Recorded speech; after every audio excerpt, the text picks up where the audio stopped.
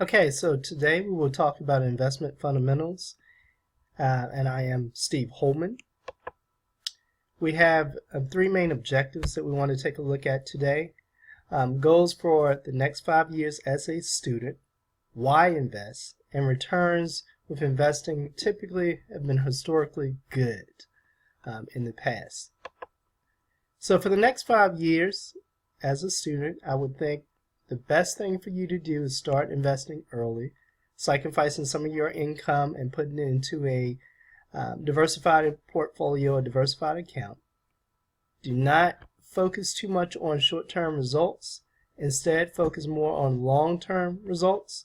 The stock market typically moves a lot in the short term, and over the long term it kind of stretches out and becomes more stable. So don't focus a lot on these short-term results, especially if you're young. So as a student, I'm just making the assumption that you guys are potentially a little bit younger, so you have that ability to do. Invest regularly through your employer. So if you start working with an employer in a 401k plan or 457B retirement plans, start investing as soon as you start working. Invest no more than 5 or 10% in the portfolio in an individual company stock or within your employer's stock if the company has stock. Okay, now let's look at an example. If you make $30,000 a year at 10% saving for your retirement in that fund, that would be $3,000 a year. 3,000 times 10% would be $300. So no more than $300 should go to your company stock if you contribute at least 10% of your income for the year. Next thing you need to do is rebalance your portfolio at least once a year.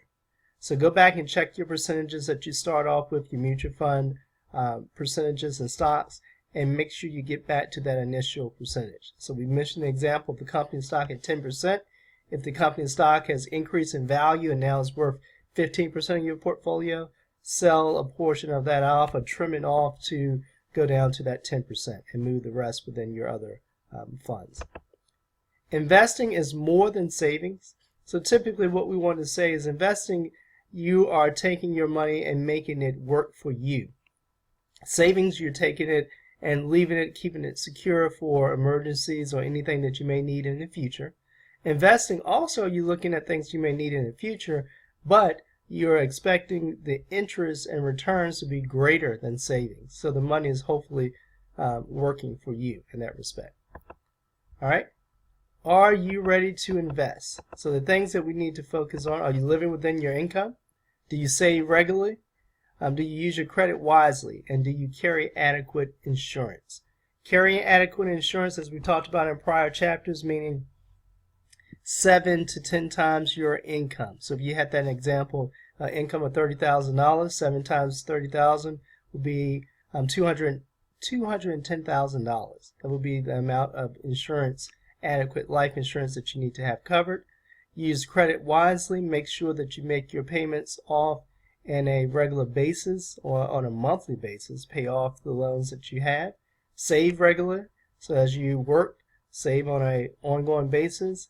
And of course, live within your income. Do not spend more or have expenses greater than your income.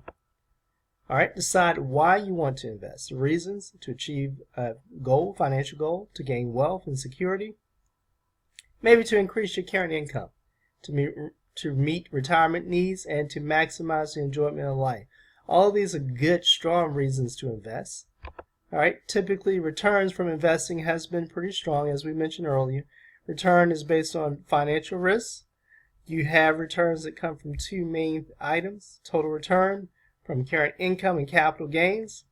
All right, your current income will be things like interest, rent if you have a real estate property, dividends that you receive from stock. Interest, let's go back to that. That's amounts that you would receive from dividends, or interest is the amount you would receive from bond payments. Okay.